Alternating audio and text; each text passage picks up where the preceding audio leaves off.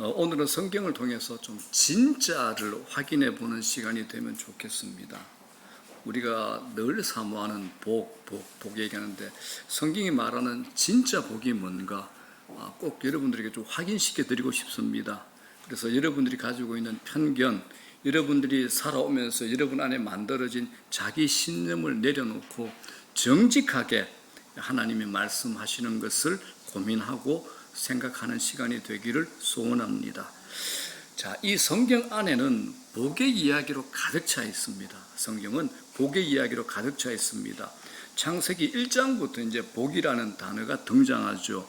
하나님께서 사람을 지으시고 사람에게 제일 먼저 주신 게 뭐냐? 복입니다. 자, 1장 27절 28절 시작. 하나님이 자기 형상 곧 하나님의 형상대로 사람을 창조하시되 남자와 여자를 창조하시고 하나님이 그들에게 복을 주시며라고 합니다. 그리고 창세기 이제 12장 보게 되면 하나님께서 믿음의 조상 아브라함을 세우죠. 그때도 복을 약속하십니다. 자, 1절 2절 창세기 12장 시작. 여호와께서 아브라함에게 이르시되 내가 너로 큰 민족을 이루고 네게 복을 주어 네 이름을 창대하게 하리니 너는 복이 될지라. 하나님은 복의 하나님이십니다. 그리고 우리에게 복 주시기를 원하십니다. 신약 성경도 마찬가지입니다. 오늘 본문 에베소서는 바울이 로마 감옥에 갇혀 있으면서 에베소 교회에 보낸 편지가 됩니다. 자, 1장 1절 2절은 짧은 안부 인사를 묻는 글인데, 그런데 이 짧은 인사가 끝나자마자 3절에 사도 바울은 환호하는 목소리로 찬송하리로다 라고 소리칩니다. 3절 시작. 찬송하리로다 하나님 곧 우리 주 예수 그리스도의 아버지께서 그리스도 안에서 하늘에 속한 모든 신령한 복을 우리에게 주시되. 너무 좋은 말이죠. 하늘에 속한 모든 신령한 복을 우리에게 주시되. 그런데 이 찬송하리로다가 이 말씀이 영어 역본을 보게 되면 Blessed of the God, 복되신 하나님이라는 이런 뜻을 가지고 있는 겁니다. 하나님이 복의 원천이시라는 겁니다. 여러분 성경을 한번 들여다보십시오. 성경을 들여다보면 인간이 복을 원하는 것보다 하나님께서 인간에게 복 주시기를 더 원하신다. 이걸 우리가 확인할 수 있습니다. 자, 그렇다면 우리 자신에게 질문을 한번 해보셔야 됩니다. 나는 이미 복을 받은 사람인가? 아니면 복을 받아야 할 사람인가? 어떠세요, 여러분? 나는 복을 받은 사람인가? 아니면 복을 받아야 할 사람인가? 그렇죠. 자, 1번입니다, 여러분들. 이 대답에 따라 우리 인생에 다른 길을 가게 됩니다. 이미 복을 받은 사람이라면 그걸 깨닫는 순간부터 행복한 사람이 될 수 있습니다. 그러나 나는 아직 복을 받지 못했다라고 생각하는 사람은 그것을 얻기 위해서 몸부림을 쳐야 됩니다. 이 말에 어떤 분들은 의문이 생길 겁니다. 목사님, 내가 지금 얼마나 힘든지 아세요? 그렇죠? 나는 하나님 믿습니다. 하나님 백성이긴 하지만 내가 지금 어렵고 곤고하단 말입니다. 라는 의문을 던질 수 있습니다. 그렇기 때문에 오늘 말씀은 편견 없이 끝까지 집중해서 들어주시면 좋겠습니다. 우리가 일반적으로 복을 받았습니다 라고 할 때는 몇 가지가 있죠. 이럴 때 돈 많이 벌었을 때, 결혼할 때, 아니라는 표정은 곤란합니다. 원하던 집을 살 때, 또 아이들이 뭐 좋은 직장을 가지거나 또 좋은 학교 갈 때, 또 내 남편이 승진할 때, 큰 보너스 받아올 때, 보통 복을 받았을 때인데 이럴 때입니다. 물론 이런 것들이 복의 일부분이 될 수 있습니다. 문제는 뭐냐? 이런 것들이 계속 유지된다는 보장이 없다라는 겁니다. 여러분들 좋은 차 샀을 때 그 좋은 기분이 며칠 가든가요? 좋은 집을 사가지고 처음에 들어가 샀을 때 그 감동이 얼마 가든가요? 자, 성경에 아주 비슷한 한 인물이 등장합니다. 제가 현대판으로 각색해가지고 이제 제가 쭉 설명해 드릴 테니 누군가 알아맞추시는 분에게는 제가 책을 한 권 선물 드리겠습니다. 자, 이분이 누군가? 인류대학을 우수하게 졸업하고, 구약의 인물입니다. 구약의 인물. 인류대학을 우수하게 졸업하고 남들이 부러워하는 최고의 직장에 취직한 사람이 있습니다. 매사에 탁월해서 무엇이든 손만 대면 성공을 거두고 젊은 나이에 명성 있는 회사의 CEO 자리까지 오릅니다. 최고의 전문가로 인정받고 돈과 명성을 얻게 됩니다. 그런 그가 몸에 이상이 생겨 바쁜 스케줄을 억지로 조정하고 병원에 가서 검사를 받습니다. 그런데 충격적인 선고를 받죠. 암이라는 겁니다. 앞이 깜깜해졌습니다. 모든 것들이 한순간에 물거품이 될 위기가 왔습니다. 의사의 진단을 믿고 싶지 않아서 다른 병원을 찾아가 다시 진찰을 받았지만 결과는 똑같습니다. 누구일까요?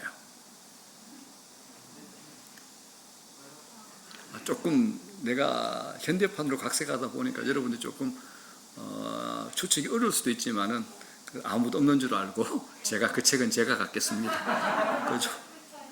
누구요? 3글자요. 좀 좁혔어. 열왕기서. 나만입니다. 자, 열왕기하 5장 1절. 시작. 아람 왕의 군대 장관 나만은 그의 주인 앞에서 크고 존귀한 자니 이는 여호와께서 전에 그에게 아람을 구원하게 하셨습니다. 그는 큰 용사이나 나병 환자더라. 나병 환자더라. 나만 장군의 스펙은 화려하죠. 왕에게 인정받고 모든 능력을 갖춘 사람입니다. 인간적으로 보면 모든 것을 다 갖춘 사람입니다. 문제는 뭡니까? 그는 큰 용사이나 나병 환자이더라라는 겁니다. 그의 이력을, 그의 화려한 이력을 한 방에 날려버리게 할 만한 일이 그에게 발생한 겁니다. 이것처럼 사람들이 복이라고 하는 거, 여러분 유효기간이 참 짧습니다. 복이라는 거, 우리가 복이라는 게 유효기간이 참 짧습니다. 그리고 그 복을 가지고 있다 하더라도 그것을 확실하게 오래 지켜낼 능력이 우리에게 없다라는 겁니다. 어떤 환경과 상황이나 사람에 의해서 아니면 나의 실수에 의해서 빼앗길 수 있는 것이라면 그것은 진정한 복이라고는 할 수 없을 겁니다. 그래서 세상에서 말하는 복이라는 게 전부 상대적이고 유한한 겁니다. 어떤 것도 영원한 것은 없다라는 겁니다. 그런데 성경이 우리에게 말하는 복은 그런 차원과는 완전히 다릅니다. 자, 3절 보십시오. 시작. 그리스도 안에서 하늘에 속한 모든 신령한 복을 우리에게 주시되. 자, 그냥 복이 아니라 하늘에 속한 신령한 복이라고 말합니다. 신령한 복이 어떤 걸까요? 하나님으로부터 주어진 복이 신령한 복입니다. 하나님으로부터 주어진 것. 이건 어떤 상태, 조건, 형편에 관한 것보다 훨씬 더 넓은 개념이 됩니다. 하나님은 우리 현실의 사소한 것에서부터 미래의 모든 일에까지 관여하시고 통치하신다는 개념이 이 신령한 복의 개념 안에 들어가 있습니다. 여러분, 우리는 살아오면서 내가 복이라고 여겼던 것이 한순간에 깨어져 버리는 것을 많이 경험합니다. 그러나 이 신령한 복은 하나님으로부터 주어진 복이기 때문에 깨어질 수 없음을 우리에게 말하고 있습니다. 그런 의미에서 이 신령한 복은 한마디로 우리 삶의 모든 것을 복되게 할 수 있는 복이 이 신령한 복이 됩니다. 마태복음 보게 되면 주님께서 팔복을 얘기하시잖아요. 첫째, 둘째가 뭡니까? 심령이 가난한 자는 복이 있나니. 두 번째가 뭡니까? 애통하는 자는 복이 있나니. 여러분, 심령이 가난하다, 애통하다, 이게 무슨 복입니까? 인간적으로 보면 복과 거리가 먼 사람처럼 보이는데 주님은 이게 진짜 복이라고 말합니다. 이게 세상 사람들이 보기에는 전혀 이해되지 않죠. 그래서 하나님께서 주시는 신령한 복, 이 개념을 여러분들이 분명히 갖고 계셔야 됩니다. 이 복은, 하나님 주시는 신령한 복은 어떤 상황이나 조건이 문제가 아니라 우리 존재의 문제입니다. 우리 존재의 문제라는 겁니다. 조건과 환경과 상황이 아니라 우리 존재의 문제라는 겁니다. 내가 무엇을 가지고 있느냐 보다도 내가 누구인가에 관한 복이, 이게 진정한 복입니다.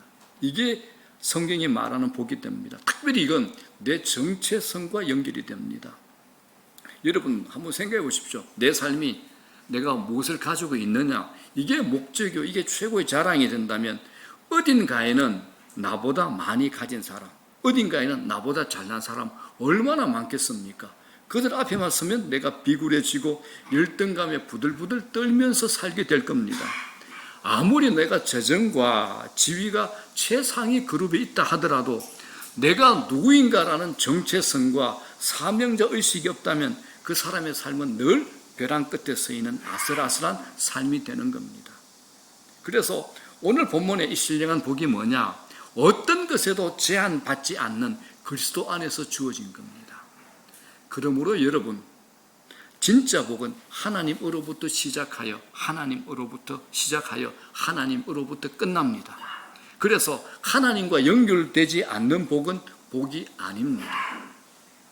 제가 여러분들에게 손을 얹고 기도할 때 이렇게 기도하죠. 하나님, 이분에게, 이 사람에게 하나님의 것을 주십시오. 하나님의 것을 주십시오. 제가 그렇게 기도하는 이유가 그게 있습니다. 하나님의 것이 진짜입니다. 그게 지속적이고 그게 내게 참 만족을 주기 때문에 저는 어떤 사람이 목사님 이런 기도 제목이 있어요. 그러면 제가 그 기도 제목을 묵상하면서 제 나름대로 정리를 합니다. 하나님의 것을 주십시오. 하나님의 것을 주십시오. 이게 진짜입니다. 이 말은 억지도 아니고 여러분들의 판단을 혼미케 하는 마취적인 언어가 아닙니다. 이게 진짜입니다. 하나님의 것입니다. 하나님의 창조 질서 안에 하나님의 자녀들이 받고 누리도록 연결될 진짜가 바로 이 복입니다. 어떤 사람은 자기가 가진 것은 별로 없는데 즐겁게 나누며 삽니다. 그런데 어떤 사람은 많이 가지고 있음에도 늘 부족하대요. 늘 없대. 없는 게 이 사람은 무기야. 그래서 참 옹색하게 살아가는 거 우리가 많이 보지 않습니까?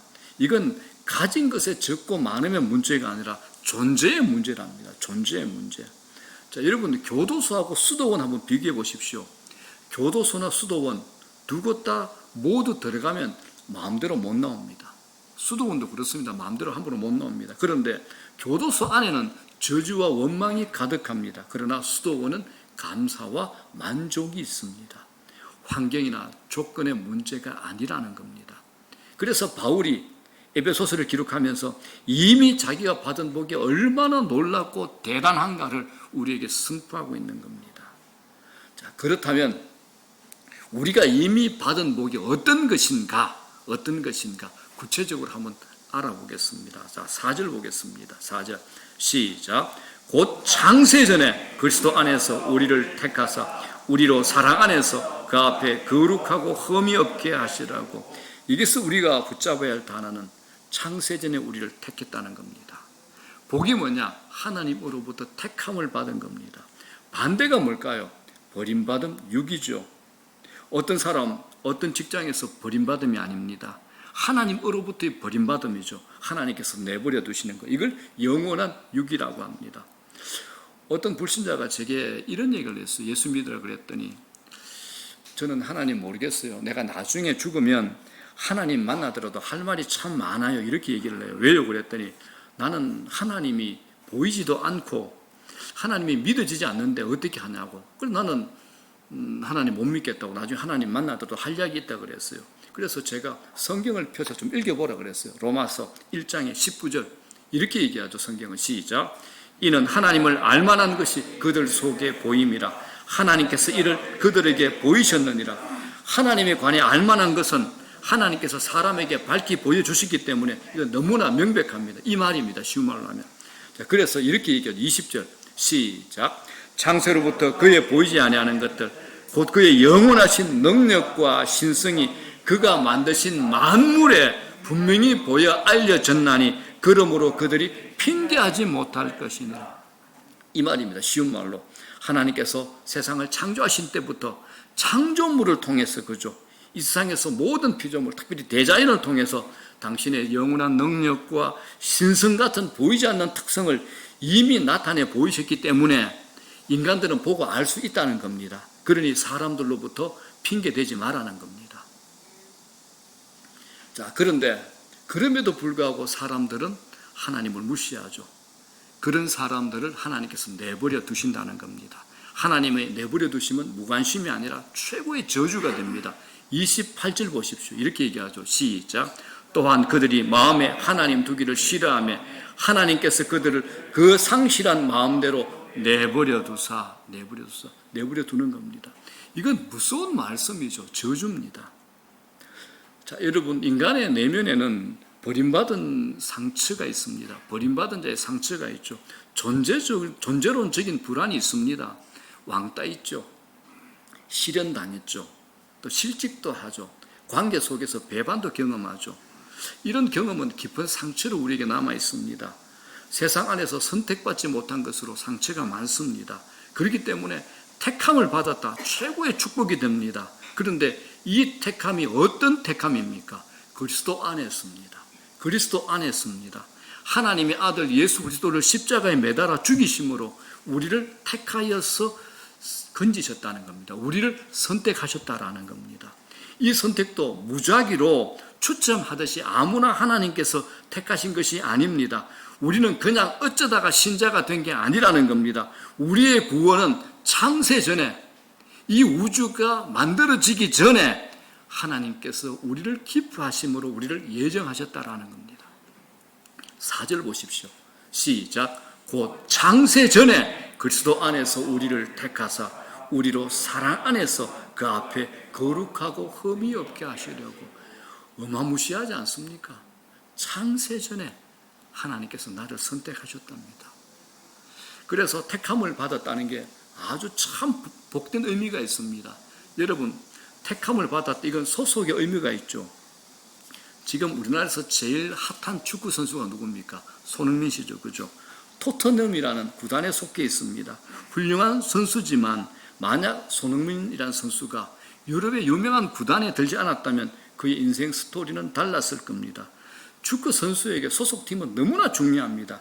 거기에 속했다는 것 자체가 축구 선수에게 최고의 로망이 되죠. 그래서 손흥민 선수는 인터뷰할 때마다 팀에 속한 것에 대한 감사를 빼놓지 않는 겁니다. 그러나 어디에 속했다는 말은 또 다른 의미에서 그 선택은 영원하지 않다라는 겁니다. 누군가는 선택을 받지만 어떤 사람은 거절을 받고 미움을 당합니다. 우리 인생의 힘듦이 뭡니까?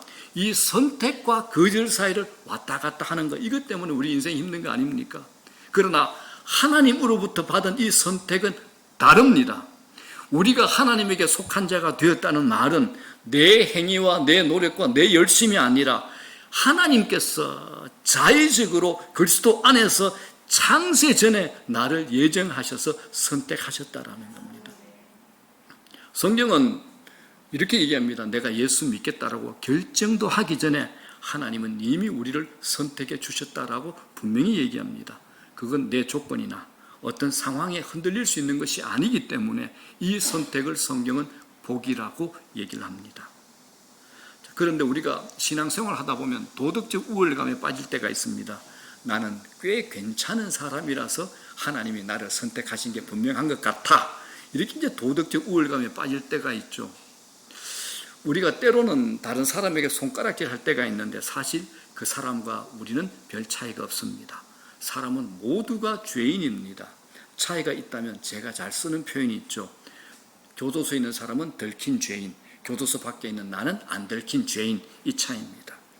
기분 나쁜 얘기로 들릴지 모르지만 한마디로 우리 모두가 죄인입니다. 그래서 로마서 3장 17절에 뭐라 그럽니까? 기록된 바 의인은 없나니 하나도 없다라고 말씀합니다. 모두가 죄인이라는 말씀입니다. 사도 바울이 그랬죠. 자기가 바리새인입니다. 스스로 의롭다고 여기며 살아왔습니다. 예수 믿는 사람들 잡아 가두고 죽이는 일까지 하면서 자기는 의롭다라고 스스로 판단합니다. 그러나 그가 예수를 믿고 난 다음에 어떤 고백을 합니까?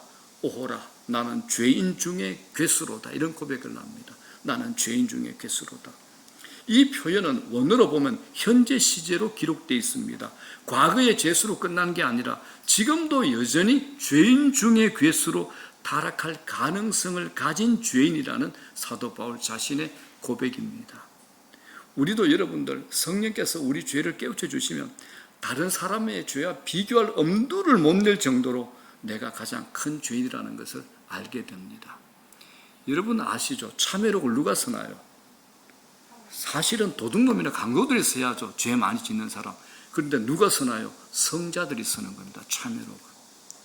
교회에서 누가 많이 회개 눈물을 흘릴까요? 연세 많이 드신 권사님, 연세 많이 드신 장로님, 신앙생활 오래 하신 분들이 제일 많이 울고 나는 죄인입니다. 죄인입니다. 그럽니다. 우리는 죄 짓는 일에 선수들입니다. 할 수 없이 죄를 짓는 게 아니라 우리는 자연스럽게 죄를 짓는 자들입니다. 인간은 죄 가운데 태어나서 죄 가운데 살다가 죄 짓다가 죽습니다. 부모에게 받은 유전자 중에서 핵심적인 게 뭐냐? 죄의 유전을 우리는 받았습니다. 그래서 성경은 우리를 본질상 진노의 자녀다라고 얘기합니다. 본질상 진노의 자녀다. 그럼에도 하나님이 우리를 택하여 주셨다는 이 말씀에 우리는 충격을 받습니다. 내가 하나님을 알지도 못했고 하나님에 대한 감각도 없었고 이 땅에 태어나지도 않았는데 이미 나를 하나님께서 택하셨다라는 겁니다. 그래서 요한복음 15장 16절에 예수님이 이런 말씀하죠. 시작. 너희가 나를 택한 것이 아니요 내가 너희를 택하여 세웠나니. 아멘. 이건 하나님 편에서 먼저 손 내미신 겁니다. 일방적인 은혜죠. 이게 우리의 안정감이 된 겁니다. 내가 만일 선택했다면 그 기준이 어딘가 알 수 없습니다. 천국 갔다가 지옥 갔다가 어느 날은 너무 기뻐서 천국의 삼층천까지 갔다가 어느 날은 죄 짓고 지옥 저 밑에까지 가가지고 온갖 나쁜 상상을 하면서 그 두려움에 부들부들 떨게 됩니다. 그러나 이 구원은 나로부터 시작된 게 아닌 겁니다. 하나님께서 하신 일입니다. 이걸 바꿔놓으려고 그러면 하나님보다 더 센 존재라야지 바꿔놓을 수 있습니다. 여러분, 그러므로 내가 버림받지 않을까, 언젠가는 아웃되지 않을까, 이 불안감 가지지 마십시오. 제가 이렇게 상담하다 보면 제일 답답한 게 뭐냐, 신앙생활을 하다가 갑자기 구원을 의심하는 분이 있습니다. 뭔가 일이 안 되면 내가 구원받지 않아서 그렇지 않은가라고 이제 구원을 의심합니다. 아니요, 절대 구원은 흔들리지 않습니다. 그렇게 고민하고 있는 것 자체가 구원을 받았다는 겁니다. 그 안에 하나님에 대한 감각이 있다라는 겁니다. 그렇기 때문에 어떤 경우에도 구원을 의심하지 마십시오. 내 자격, 눈꼽만큼도 없는데, 잘난 것 하나 없고 주장할 것 하나 없는데 하나님께서 창세전에 선택하여 주셨다라는 겁니다. 그렇기 때문에 여러분, 우리는 복을 받아야 할 자가 아니라 이미 택함을 받음으로 이미 복을 받은 자인 줄 믿습니다. 그러므로 하나님으로부터 택함을 받았다는 이 은혜를 알고 기뻐하고 찬양하며 하나님의 자녀로서 당당하게 살아가시는 여러분 되시기를 주의 이름으로 축원합니다. 자, 또 있습니다. 또 다른 신령한 복이 하나 더 있습니다. 5절 시작. 그 기쁘신 뜻대로 우리를 예정하사 예수 그리스도로 말미암아 자기의 아들들이 되게 하셨으니 하나님 자녀의 신분을 허락해 주셨다는 겁니다. 이건 정체성에 관한 얘기입니다. 정체성이 흔들리면 모든 게 다 흔들리죠. 직장, 또 직업, 그게 정체성인 사람들이 있습니다. 직장과 직업급이 중요하기 때문에 때로는 그것 때문에 건강을 잃어버리고 내 생애 전체를 쏟아붓기도 합니다. 그러나 영원한 직업도, 영원한 직장도, 영원한 직업도 없습니다. 자세히 보면 세상에는 나를 완전하게 지켜줄 수 있는, 요동하지 않는 정체성은 없다라는 겁니다. 그래서 내가 누구인가에 관한 확실한 대답을 자기가 가지고 있지 않으면 삶은 계속 흔들릴 수밖에 없습니다. 나는 누구인가? 나는 내대로 살고 있는가? 질문을 스스로 해보셔야 됩니다. 며칠 전입니다. MBC에서 발표한 자료가 있습니다. 작년 상반기에 진료비 통계를 보면 우리나라 우울증 환자가 59만이랍니다. 우울증 환자가 59만요. 아토성 피부염 환자가 57만, 두통 환자가 55만, 거기다가 이제 불안장애 환자가 52만 정도 된답니다. 그 피부병이나 두통보다도 우울증 환자가 더 많습니다. 거기다가 불안장애 환자를 겹치면 2배가 되죠. 그런데 서울대 병원의 이제 권준수 교수가 병원 가는 비율이 그 정도니까 실제로는 400만에서 500만 명이 우울증 증상자라고 예측할 수 있다라고 이분이 이렇게 얘기했습니다. 아시다시피 대중의 인기를 누리며 살아가는 유명한 스타 가운데 공황장애를 힘들어하는 사람들이 굉장히 많다고 합니다. 인기가 그렇게 많음에도 왜 공황장애에 걸릴까요? 스타는 자기 마음대로 행동을 못하는 겁니다. 자기가 하고 싶은 대로 하면 언젠가 인기가 추락할 수 있기 때문입니다. 그러다 보면 자신의 본래 모습이 없어져 버립니다. 어느 순간 나는 나인가 의심하게 됩니다. 결국 본래의 나의 자신의 모습은 사라져버리고 다른 사람들이 요구하는 나를 끊임없이 만들다 보니까 성공은 했는데 나라는 존재가 소멸되게 되는 겁니다. 이건 인기 스타들에게만 일어날 수 있는 일이 아니라 누구에게나 일어날 수 있는 일이 됩니다. 부모에게 인정받기 위해 애를 쓰는 아이가 있습니다. 너무 착하고 말도 잘 듣습니다. 부모가 원하는 공부하고 원하는 학과에 들어가고 원하는 직장에 들어갑니다. 자랑이 됐습니다. 그런데 정작 본인은 본인의 삶을 살아본 적이 없다라는 겁니다. 어느 날 뚜껑이 팍 열려버립니다. 그래서 여러분, 누군가에게 멋지게 보여야 한다는 강박증, 이건 우리 삶을 소진하게 만듭니다. 자신의 삶을 살지 못하고 누군가의 욕망에 부응해가며 살아야 하는 인생이야말로 그 존재 자체가 바람에 나는 겨와 같습니다. 건강한 정체성이 어떤 겁니까? 우리에게 주어진 신령한 복, 하나님 자녀의 신분을 가지고 있는 것, 이게 건강한 자기 정체성입니다. 이건 우리의 노력에 의해서 획득되어진 게 아니라 하나님 편에서 일방적으로 주신 겁니다. 그래서 요한복음 1장 12절에 이렇게 얘기하죠. 시죠. 영접하는 자, 곧 그 이름을 믿는 자들에게는 하나님의 자녀가 되는 권세를 주셨으니 라고 말씀합니다. 하나님의 자녀가 되는 것, 권세입니다. 옆에 우리 딸이 있습니다. 지금은 이제 직장 다니는데 직장 다니기 전까지 늘 아빠 이것 좀 해주세요. 아니 나이가 이제 30도 다 돼가는데 뭐 아직까지 아빠한테 해주세요 그래요. 그런데 제가 성질이 날까요? 기쁠까요? 아니요, 기쁩니다. 딸에게 해줄 수 있는 게 기쁩니다. 이게 자녀의 권세입니다. 아버지 이거 해주세요. 하나님 이거 좀 주세요. 이게 자녀의 권세입니다. 여러분들 이런 권세 없죠? 나는 있습니다. 바로 그 차이입니다. 여러분, 하나님께 떳떳하게 좀 자녀로서 믿음으로 조금 해보십시오. 그러셔야 됩니다. 그 영광 누리십시오. 그 권세 누리셔야 됩니다. 하나님의 자녀됨의 지위는 어떤 경우도 잃어버리지 않는 겁니다. 가끔 여러분, 외국인들이 비자 받아도 범죄 일으키면 강제로 추방되는 일이 있죠. 그러나 하나님의 자녀는 다릅니다. 우리의 부족함, 내 연약함, 내 못남, 내 실수, 내 극악한 패역한 죄를 가지고 있다 할지라도 하나님의 자녀라는 권세를 잃어버릴 수 없는 이유는 그리스도 안에서 창세 전에 예정하신 대로 우리 안에 주어진 신분이기 때문에 그렇습니다. 그러니까 내가 받은 신분과 내가 살고 있는 삶 섞으면 안 돼요. 신분과 수준을 섞으시면 안 된다라는 겁니다. 우린 자꾸 자기 수준으로 신분까지 흔들어 버립니다. 아니요, 신분은 하나님께서 주신 거예요. 신분을 흔드시면 안 됩니다. 내 수준이 개차반이라도 여전히 하나님 자녀입니다. 여러분, 자녀의 최고의 특권은 뭡니까?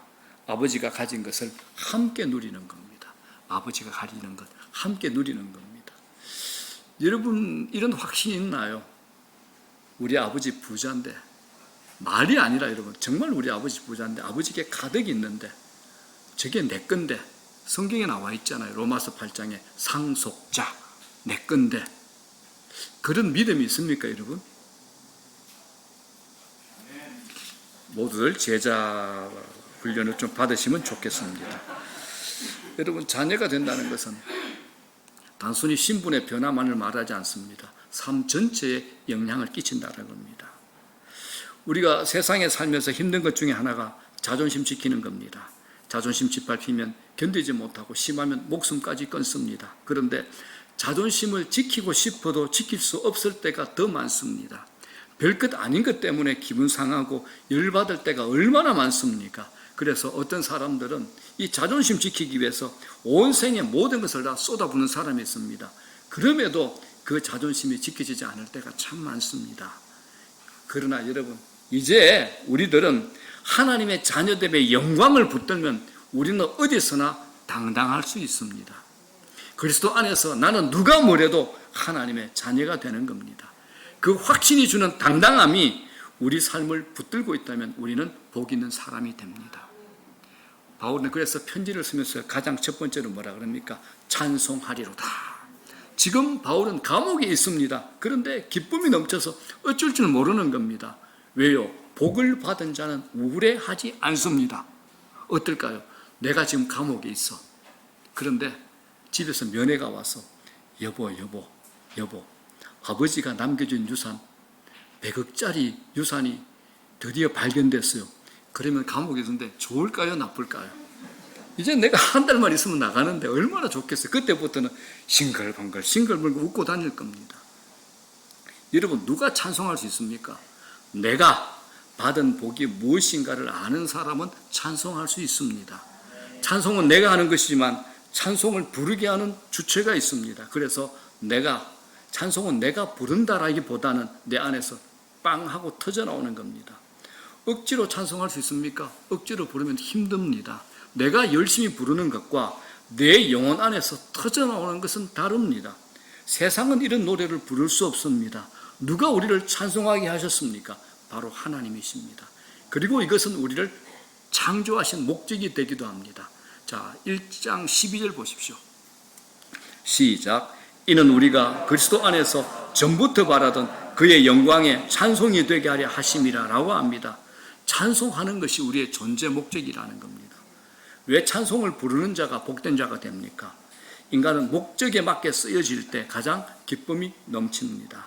우리가 찬송을 부르는 것이 아니라 우리 존재 자체가 찬송이라는 겁니다. 하나님을 찬송하게 하는 존재로 우리를 만드신 겁니다.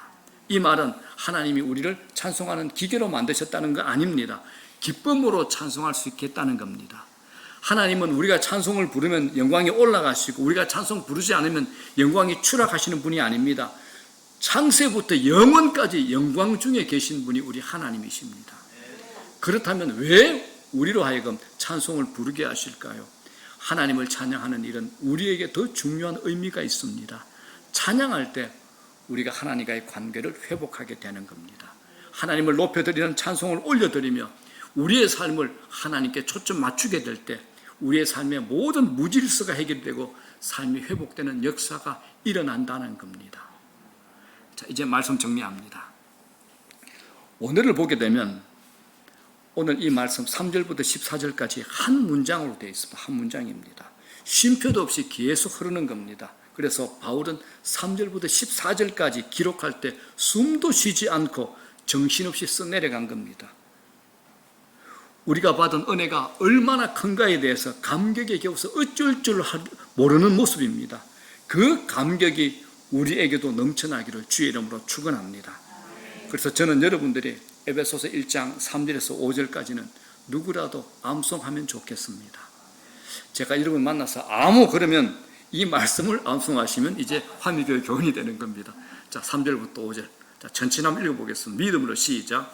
찬송하리로다. 하나님 곧 우리 주 예수 그리스도의 아버지께서 그리스도 안에서 하늘에 속한 모든 신령한 복을 우리에게 주시되 곧 창세전에 그리스도 안에서 우리를 택하사 우리로 사랑 안에서 그 앞에 거룩하고 흠이 없게 하시려고 그 기쁘신 뜻대로 우리를 예정하사 예수 그리스도로 말미암아 자기의 아들들이 되게 하셨으니 아멘. 여러분, 세상의 대단한 것들 조금만 시간 지나면 시들시들해집니다.